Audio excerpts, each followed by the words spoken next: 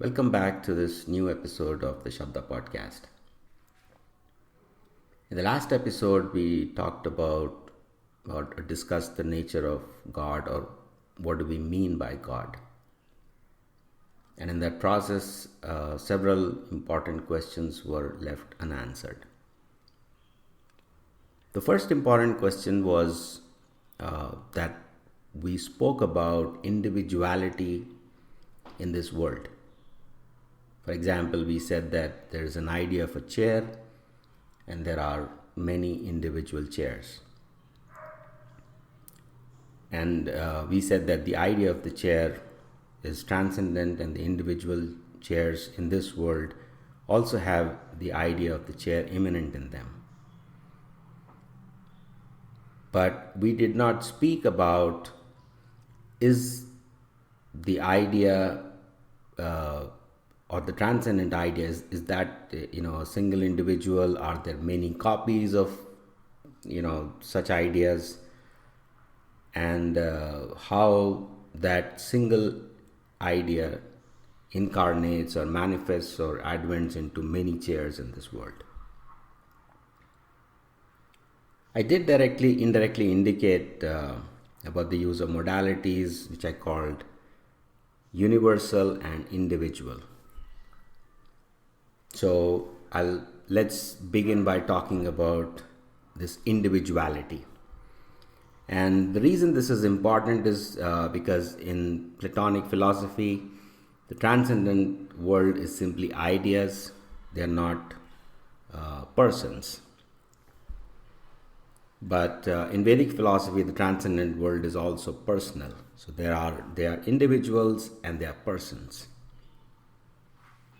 But there is an important difference between individuality and personality. And that difference is that individuality is simply quantitative, whereas personality is also qualitative. For example, you can have 10 chairs which have the exact same design, color, shape, size, etc. And they will all look identical. So if you count them, you can rearrange those chairs in any order. Any chair can be the first chair. And you can say there are 10 chairs, but they're exactly looking all alike, and therefore they're identical. So this notion of individuality is simply quantitative individuality, because you count them as 10 different things.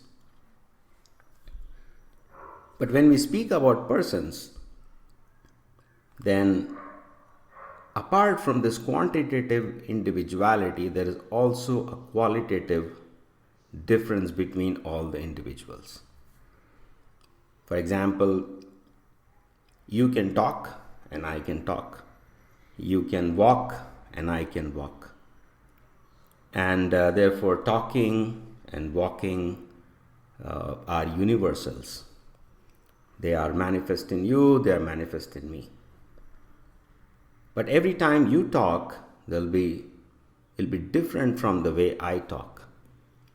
Every time you walk, everybody's walk is going to be slightly different from everybody else's walk. So even though there are universals, but these universals are uniquely manifest in each person.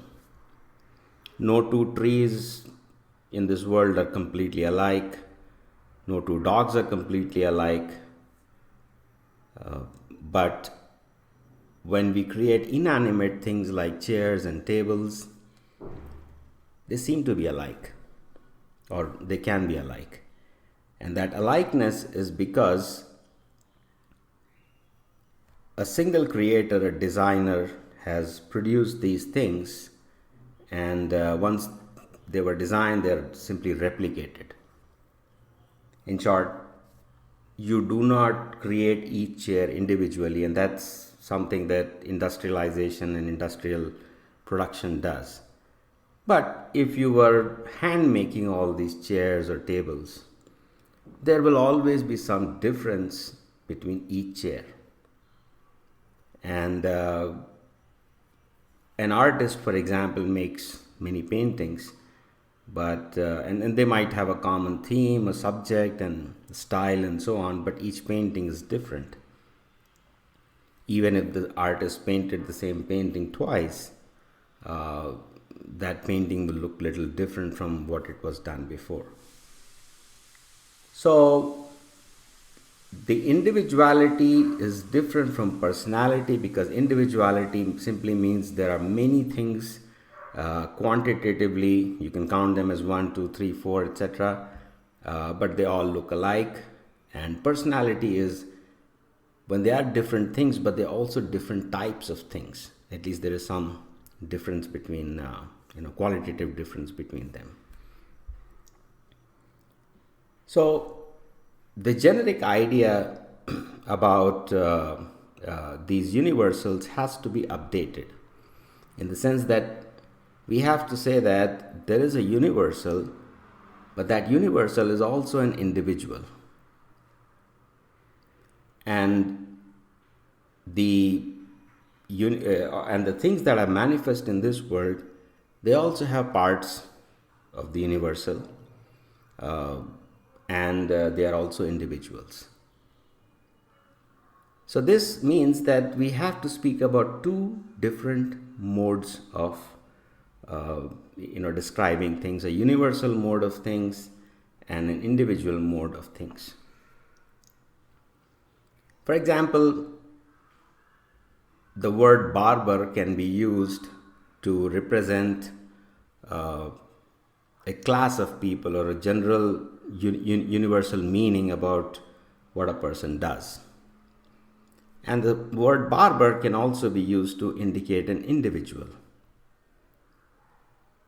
So sometimes when we use the word barber, we actually mean the universal concept, and sometimes when we use the word barber, we mean the individual. And the same word, in this case barber, or it could be a chair or a table and things like that, they can be used in both these ways. Now, along with these two modalities, there is also a third modality, which I will call contextual modality. And to illustrate what I mean by this contextual modality is, think of the idea, or the universal idea, of a circle. You can say it's a perfect round, and there are many individual circles, in this world, circular things, and we can say that they are instances of this idea of circle. But there are also things that are imperfectly circular, may not perfectly round. They may be, slightly oval, or circumference might vary. The diameter or the radius might vary in the different directions. And in that case, also we mostly or often use the word circle. So we use the word circle to denote a perfect universal idea. We use the word circle to denote individual instances of that idea, and sometimes we also use the word to denote imperfect circles. So this is one type of contextuality. There are other types of contextuality in which, and this is something we discussed in the last podcast, where we said that things are defined through a distinction. We talk about hot and cold, hot versus cold, black versus white. And these things are defined through a mutual distinction or contrast to each other. And if you remove the other things, then those things cease to be, applied the same name. For example, when you use the word circle and it's an imperfect circle, quite often you're contrasting it to something that is more squarish, or something that seems more triangular. So, in the contrast to something that is more squarish, you might say this is a circle because that one, the other one, is called a square. Similarly, you might say this imperfect circle is a circle because something that's more triangular is called a triangle, even though it's not a perfect triangle. So there are many ways in which words are defined or given meaning, or words are employed. Sometimes as universals, indicating it's a perfect idea. We're talking about the idea. Then sometimes a perfect instance of the idea, and sometimes simply to indicate the contrast with something else. A cow may be defined as an instance of a perfect cow, but then you might also, say that a cow is something that moves a little slowly and has got horns. And in that sense, you can contrast that cow to a tiger, which moves very fast and doesn't have horns. Or you can contrast to a horse, which doesn't have horns but moves fast.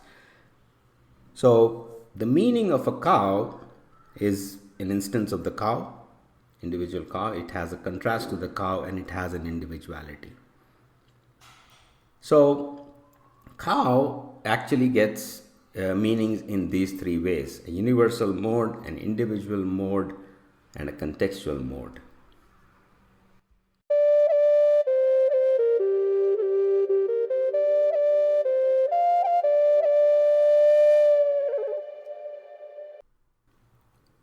These three modes of describing anything, they apply to God as well. Therefore, God is the universal idea of knowledge.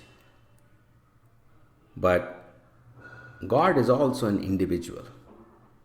So there is a universal modality in which we describe God, and there is an individual modality in which we describe God. And then there's a third modality, which is contextual modality.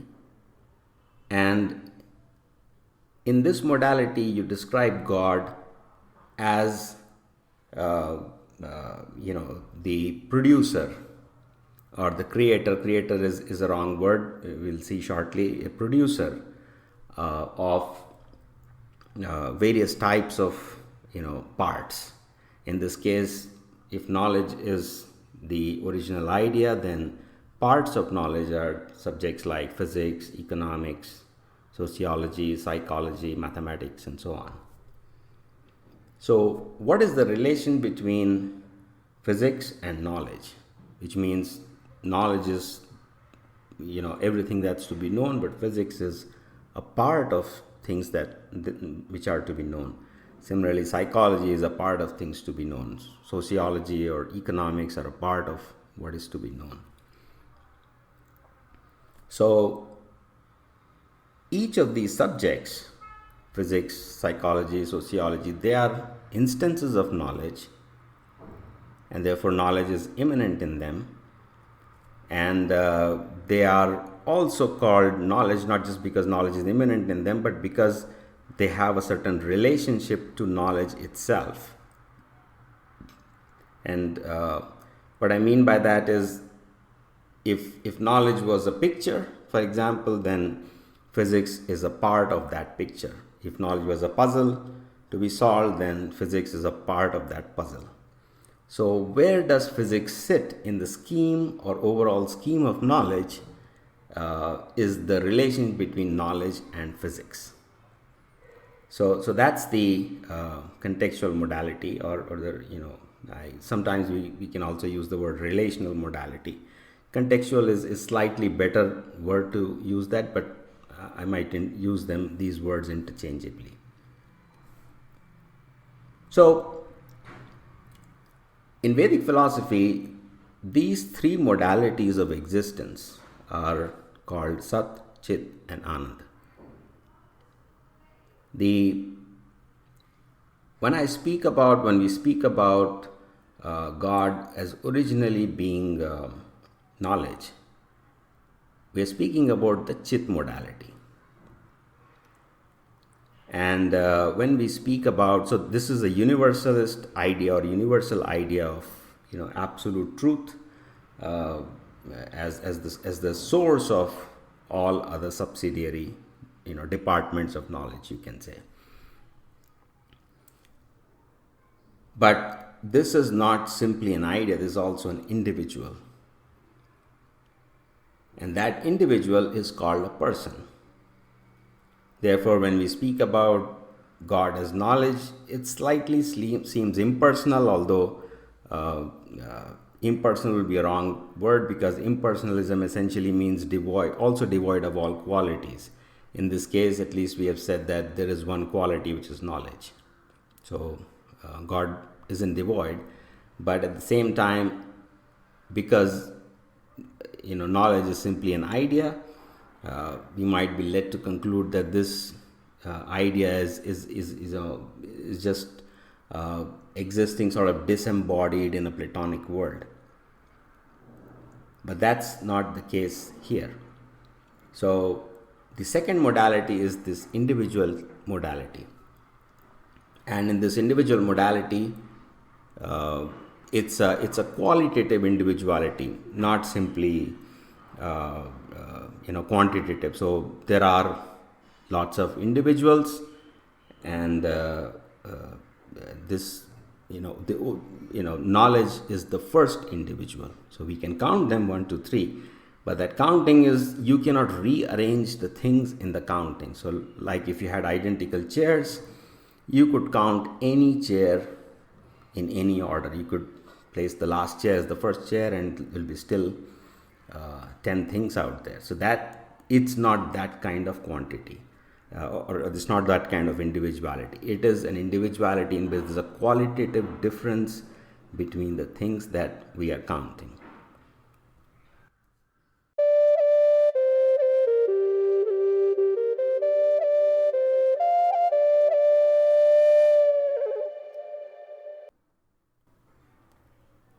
There are many names by which these three modalities are called. I noted the name Sat, Chit, and Anand, but there are other names.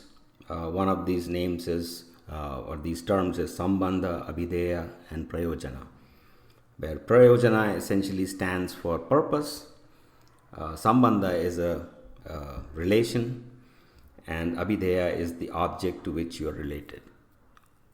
So the basic idea is that, for example, if you are looking at an apple, then the Abhideya is the apple. But you're looking at the apple is the relationship between you and the apple. And there is a reason why you're looking. Maybe you appreciate that apple, you want to eat the apple, you like the smell of the apple, whatever it is. So the purpose is the prayojana. Your relationship or looking at the apple is the sambandha, and the object itself, in this case the apple, is the abhideya. Similarly, you also are an abhideya because somebody else can look at you. So you are also an individual and with qualities, right? So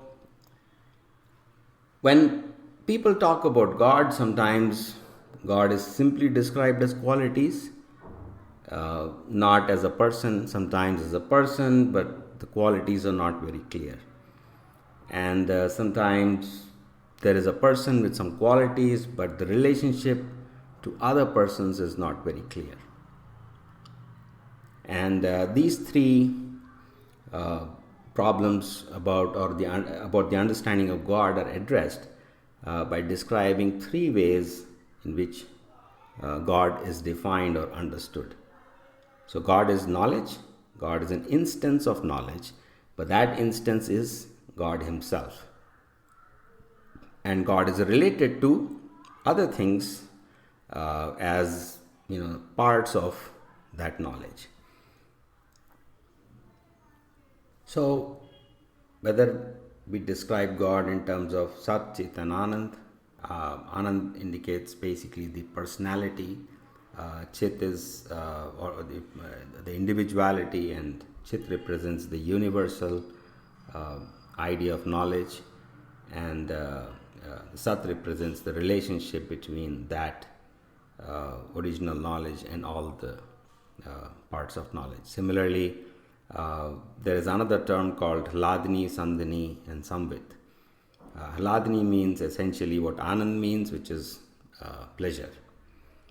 And Sandhini means the relationship to other things, and Samvit means the object that which is known through that relationship. So this basic idea about three modes is described in many ways. Using different terms, they are slightly nuanced descriptions, and what that essentially means that all these ideas about relation to something, or the object that's being cognized, or the purpose for which it is it is known, they keep varying in meaning. For example, when we talk about a relation, it's not simply two objects or two individuals that are related and they remain unchanged in that relation. The relation rather selects an aspect of the personality, and that selection modifies what the two individuals are in relationship. For example, in a father-son relationship, there are two individuals, but when they are interacting with each other, the father aspect of this person comes out, where the son aspect of the other person comes out. In a different relationship, those aspects that are manifesting will differ. Now, as these aspects come out, there are certain things that are seen and certain things that are not seen. So again, the samvit changes, which means the object is known differently through a relationship. And you indulge in a relationship, or you interact through a relationship because you might have a different purpose through that relationship. It might be a certain kind of affection, it might be certain business transactions in this world, and so on. So different purposes lead to different relationship, and they reveal different aspects of that individual. So these three, and there are numerous other nuances or ways in which these three words and terms are used. We will probably go over them as and when the need arises. But for now, let's return back to this question of God is knowledge, but that is the samvit aspect of knowledge, or the chit aspect of knowledge, or the abhideya aspect of the knowledge of God. But there are two other aspects, and the first aspect is that God is a person. And his personality is his purpose. He enjoys certain purposes, he has some desires, and that is his personality. And in order to fulfill that purpose, there's a third aspect, which is the relationship. So these three aspects define God, which means that even though God is knowledge, but different aspects of that knowledge are manifest through different relationships.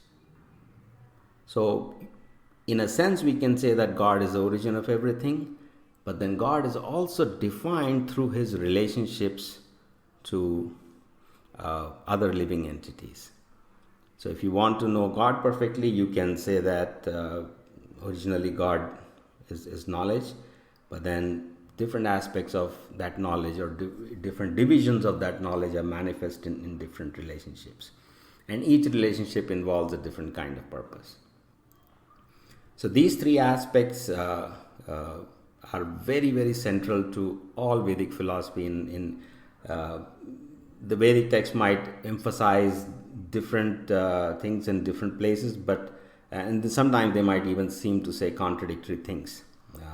But describing Sat, Chit, and Anand as the nature of the absolute truth is universal across all Vedic texts.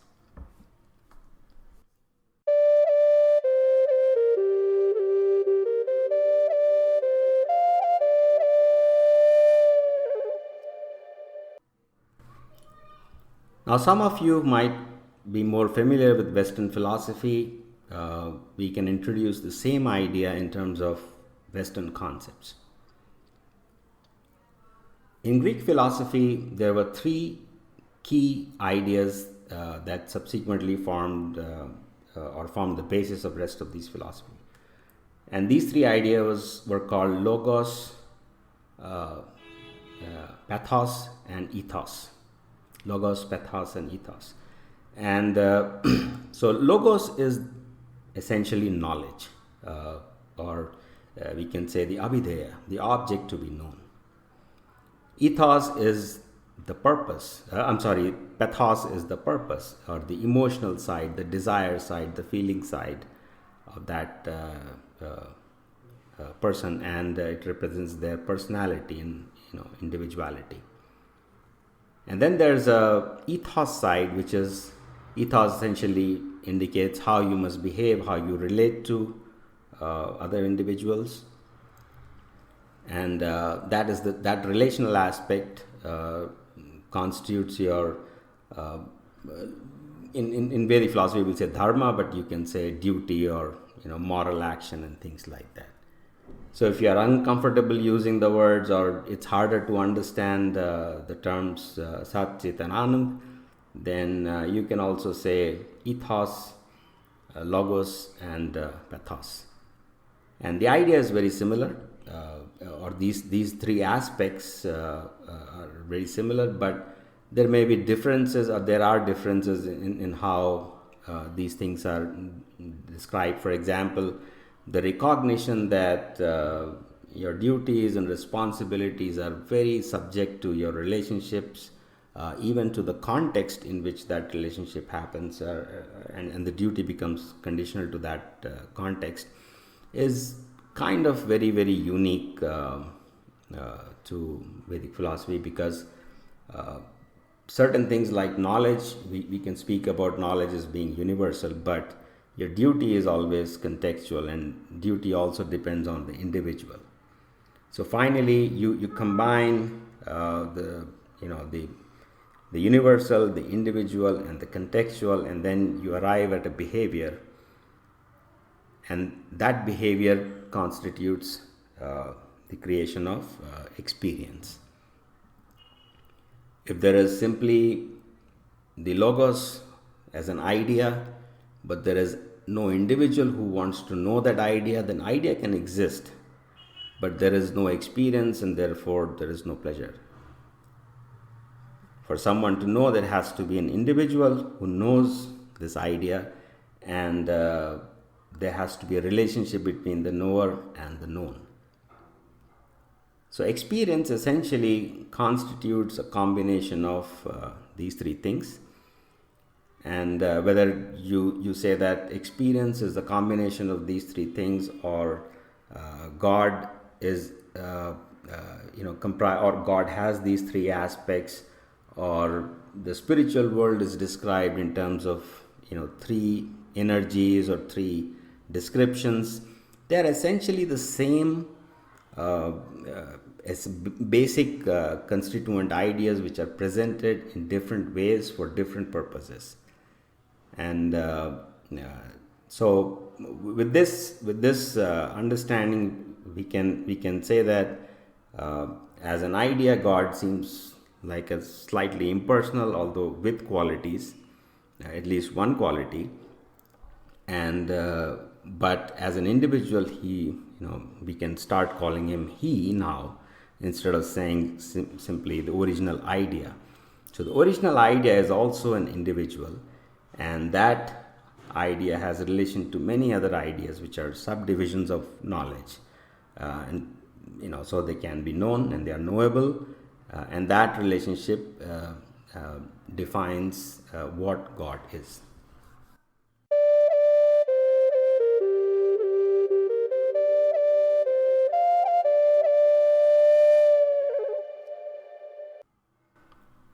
Now, once we understand these three aspects of God, then everything else is described as as an emanation from God.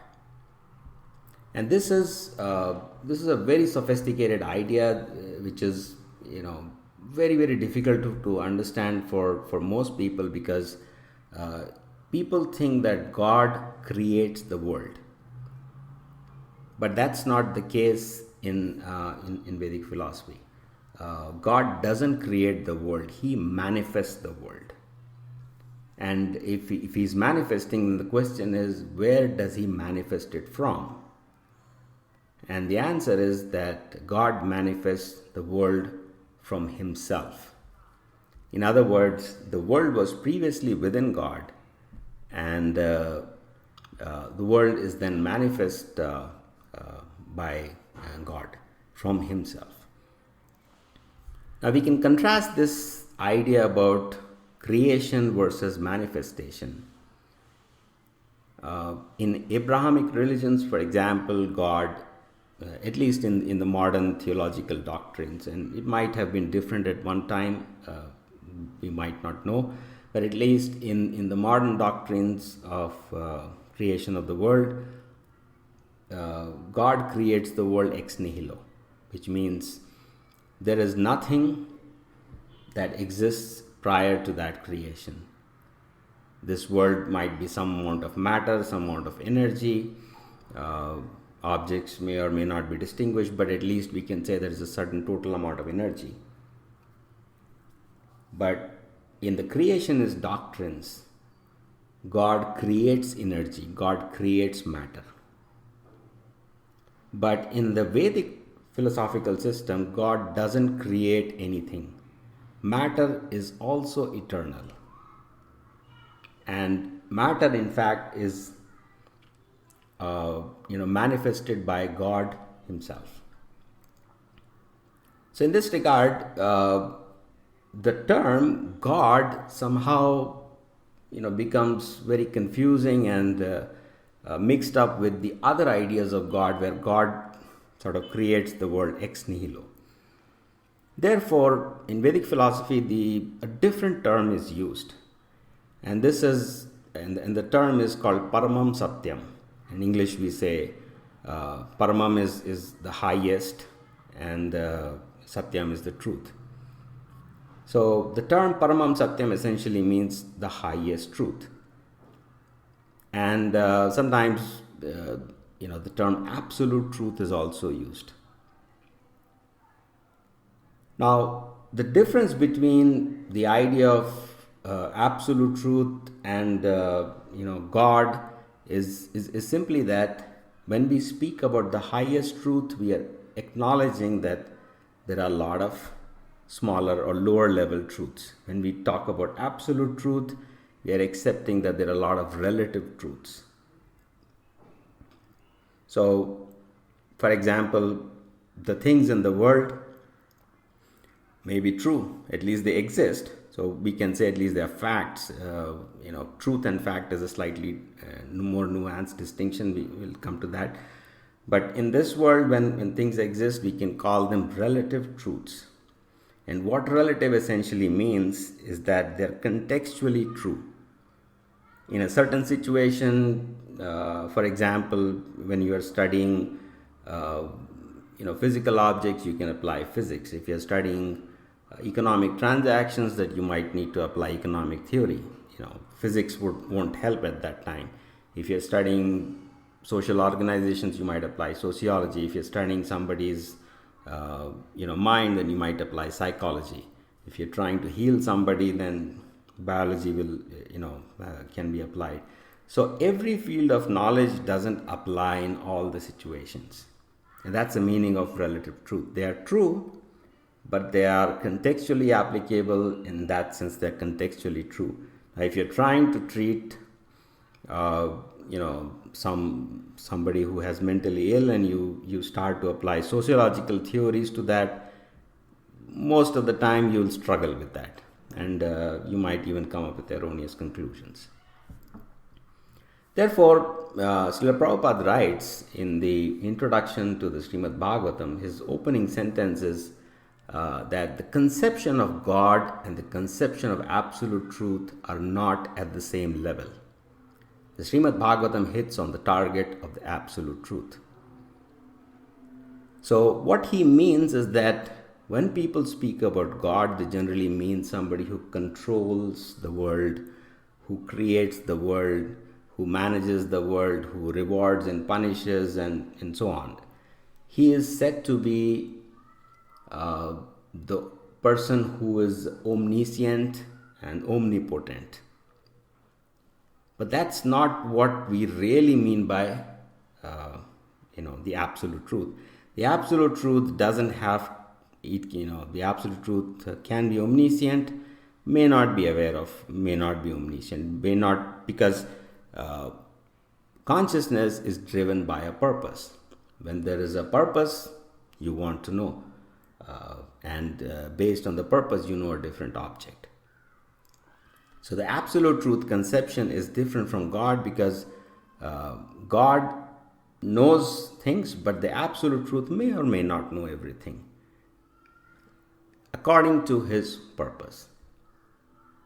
But absolute truth essentially means that the original idea is knowledge, and everything that's knowable has been expanded from that knowledge through a relation to that absolute truth. And therefore, all these expanded or manifested parts, they have become relative truths, they are partial truths, they are contextually true, but they're not absolutely true. Now, this idea of absolute truth can also be contrasted to the notion of universal truth. And Western philosophy has largely been focused on when they speak about truth, they say there may be some relative truths, but they are really not true, because the truth is only that's universally true. So, for example, in logic, we would say that a logical truth is true in all possible worlds, in all possible situations. So, for example, if you say that laws of physics are true, they won't be called a law of physics if it was true in this country, in this house, for this person, for that gender, etc. They will only be called laws of physics if they are true, they apply in every place, every time, to every person, in every situation. That means the relative truth is not at all true, and only the absolute, only the universal truth is true. And because relative truth is not at all true, therefore you don't need an absolute truth. So you collapse the hierarchy between absolute truth and relative truth, and you're simply left with universal truth.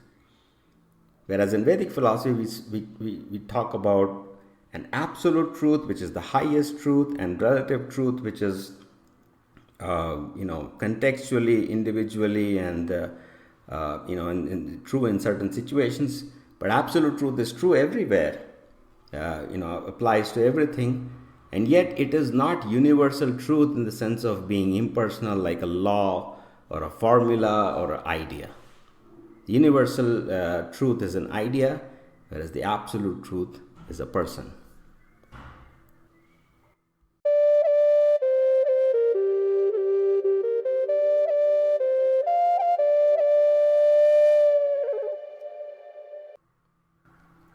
So the first term that is used to describe the absolute truth is janma dasya yataha.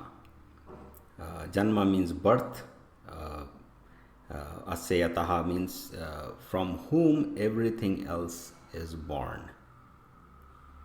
Again, it's born, not created.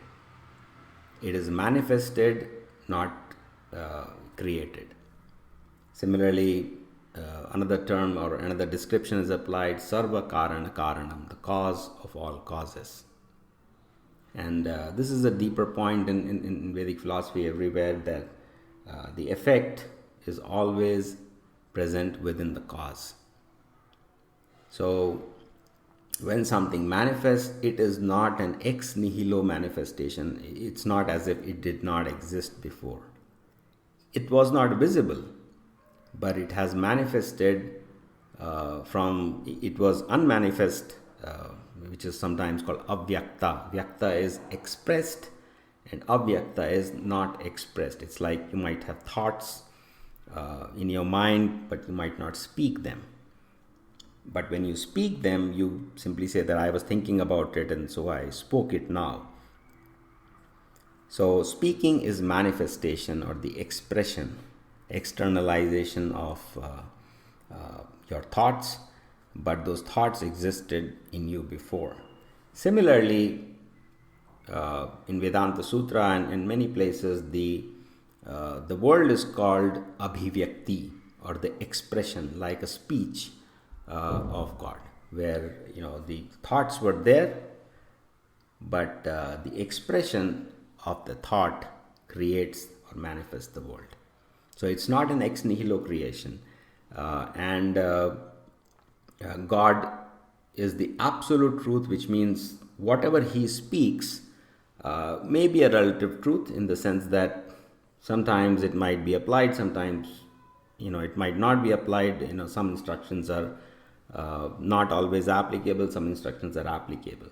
So there might be relative truths even when God speaks. Similarly, the creation is produced as expanded as a speech, and even though this has come out of God, but it's like a thought in His mind that has been expressed outside as speech. So this is the and once it has come out, has been spoken, then it has become a relative truth. But remember, this relative truth is also knowable. It is also an expansion of knowledge. Therefore, knowledge or knowability is reflected inside each of these individual relative truths. So there is an absolute truth, there are relative truths, and there is absolute truth reflected inside the relative truth.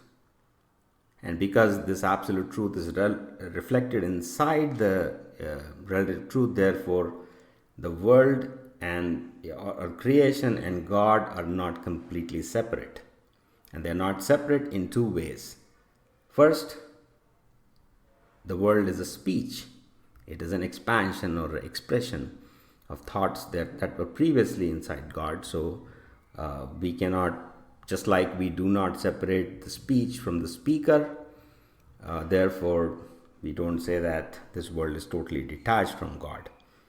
Similarly, in ordinary speech, we would still say that the words were spoken, and now I sort of don't relate to what I said in the past. I have changed my mind, or I was in a bad mood when I said these things, so I kind of dissociate myself from that. That type of situation also doesn't exist in this case, because God is still reflected in each of the things that He has spoken or He has expressed. So all these knowable things, because of their knowability, they are expansions of God, and they were previously in God.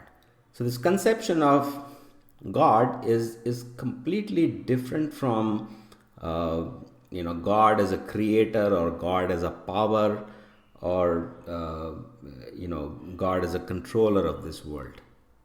The more sophisticated conception is that God is this absolute truth, and He manifests a number of relative truths which were previously inside the absolute truth. And once these relative truths have been manifest, then the absolute truth is immanent in those relative truths. So the absolute truth is transcendent. It's like an idea, and the relative truths are parts of that idea, or divisions of that idea, or instances of that idea, and the absolute truth is also immanent inside them.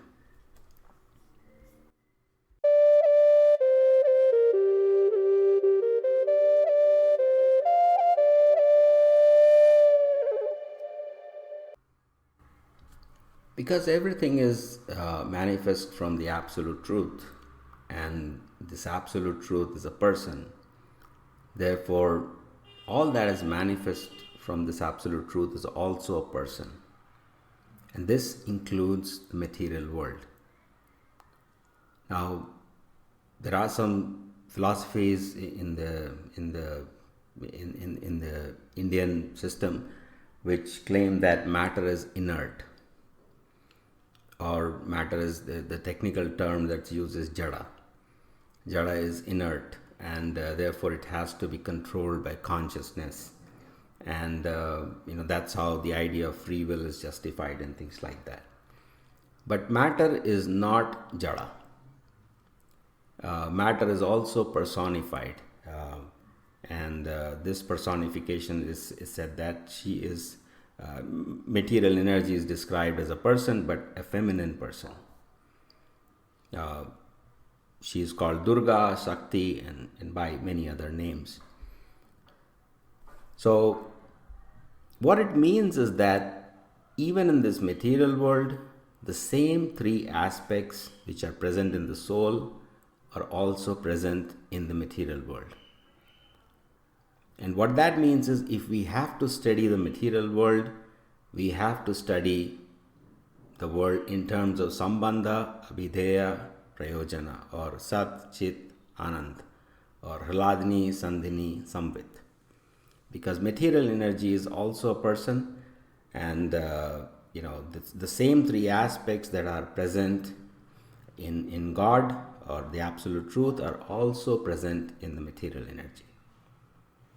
So, for example, because God is knowledge, and there are many divisions of this knowability. For example, sense perception like seeing, tasting, touching, smelling, hearing. Therefore, the world is described in terms of these atoms of knowability. And all these are subdivisions of the abhideya, or the chit, or the samvit. So, similarly, but all these constitute the universals, which means that I have a capacity of seeing and you have a capacity of seeing. There is a color called yellow, and there are many instances of yellow, but the yellow can be the same everywhere. Similarly, there can be smells, and like sweet smell or a sour smell and things like that, and these are universals. So the study of these universals is called Sankhya philosophy. But these universals are not everything, because there can be many instances of yellow. There are many individuals who can see yellow, and therefore there have to be an individuality associated with that yellow. And that individuality requires a different mode, where you have a universal mode called yellow, and then you have an instance of yellow, or an individual instance of the universal, which we call yellow. So, and once these individuals are created, then they're also related to each other. And that relationship is called sambandha, or sat. So the material world is also an expansion of God, and because God is a person, all the attributes of God are also present in matter.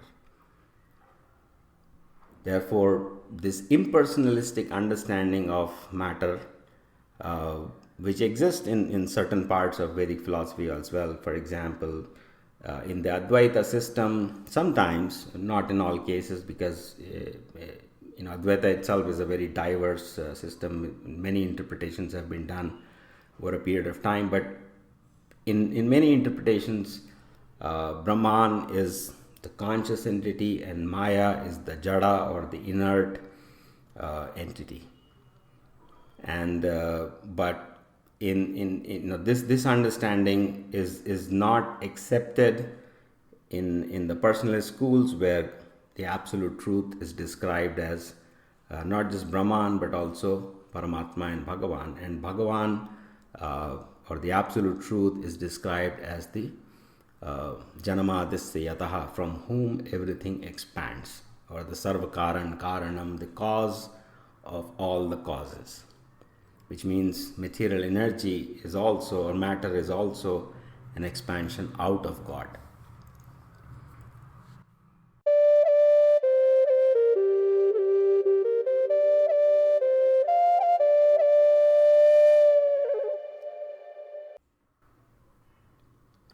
Now we can talk about the final point in this episode of the podcast, which is what is the relationship between these expansions and the absolute truth. And the classic problem here is that in the physical conception of things, if you take something out of an object, then that object is reduced. For example, when you speak or when I speak, after some time I'll feel tired. So I am losing some energy in the process of speaking. And if that was also applied to God, then it would, or the absolute truth, it would mean that when God expands into the world, then somehow he is reduced. And he gets tired, and because there is nothing else to feed him or re-energize him, therefore he must be permanently depleted. To address this problem, we have to go back to this conception of Jnanam Advayam again. And we have to understand God in terms of as an idea. So this theme would repeat again and again, and because it's extremely important to not think in terms of God as a physical entity where if you take some energy out of God, then God is got depleted or reduced. And this understanding is that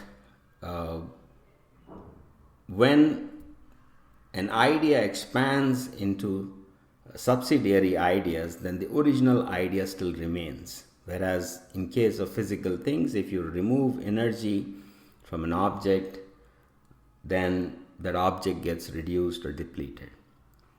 Let's take an example of this, just to illustrate this point. We can think about the idea of a cow and a mammal. A cow is a part of mammal, but once the cow has emanated or expanded from this idea of mammal, then the idea of mammal is not reduced in terms of meaning. In short, that if you expand mammal into a cow, horse, dog, or other kinds of animals, they are not changing the meaning of mammal. And what that means is that when the world is expanded, the source of all those things doesn't get reduced.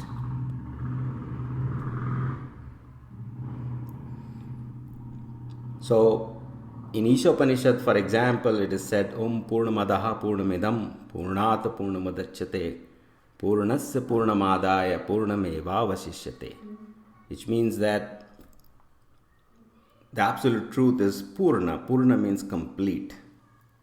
And from that Purna, other Purna which is this material world, has expanded. But even if you take out the complete from the complete, the balance is still complete. And the only way this is impossible in the physical conception of the world. If you have a cake and you take out a piece of the cake, then the remaining cake is smaller or lesser than the original cake. But in this case, you take out the whole cake from the cake and the cake is still there. So this is another form of logical contradiction where you can say that you can have your cake or eat it too, and you cannot eat your cake and have it too. But in this case, Purnamadaha Purnamidam Purnata Purnamadachyate Purnasya Purnamadaya. So from the whole, you take out the whole, and the balance is still the whole. But there's a difference between the whole that was originally there and the whole that is taken out. And the difference is this: the original whole is like the mammal, and the whole that is expanded out of it is like cows and horses and dogs and sheep and things like that. So if you collectively put all the mammals together, you can say it's a set of all mammals. But that set of all mammals is not the idea mammal. The idea mammal is the source of the set of mammals. Similarly, the idea cow is the source of cows, but the idea is different from the set. What that means is that if you dissolve the set, if the set of all the mammals was destroyed, the idea mammal is still not destroyed, which means if the material world ceased to exist, the absolute truth would continue to exist. So therefore, the material world is sometimes expanded out of the absolute truth, but that doesn't reduce the absolute truth. Then the material world goes back inside the absolute truth, and the absolute truth is not increased because of that return. So these ideas of depletion and increase, they apply to a physical conception of removing something and adding something back. But they don't apply when we think of what is being removed is an idea, what it was removed from was an idea, when it is put back it was still an idea. And when you add these when you put back things, the original idea doesn't expand. Now what that expansion and contraction is essentially meaning. It's an idea. So the meaning of mammal doesn't change when a new type of mammal is created. Similarly, if that type of mammal ceases to exist, the idea mammal is not depleted and it's not increased. So Purnamadaha Purnamidam, this whole description of removing the whole from the whole, leaving a balance of the whole, is understandable only when we think of the whole as an idea. If you think in terms of physical things, like a cake or a pie, or in that case you remove something and it gets depleted. So all these ideas are different ways of explaining the same, or emphasizing the same point, namely that the absolute truth is knowledge, jnanam advayam. And when that knowledge expands, let's say for example till 100 or couple of centuries ago, the subject like anthropology did not exist, or lots of modern subjects like sociology and economics did not exist, but they have expanded. And even though they have expanded, the definition of knowledge has not changed. It still includes all these things. And if these subjects cease to exist, even then knowledge would not change, or the meaning of knowledge would not change.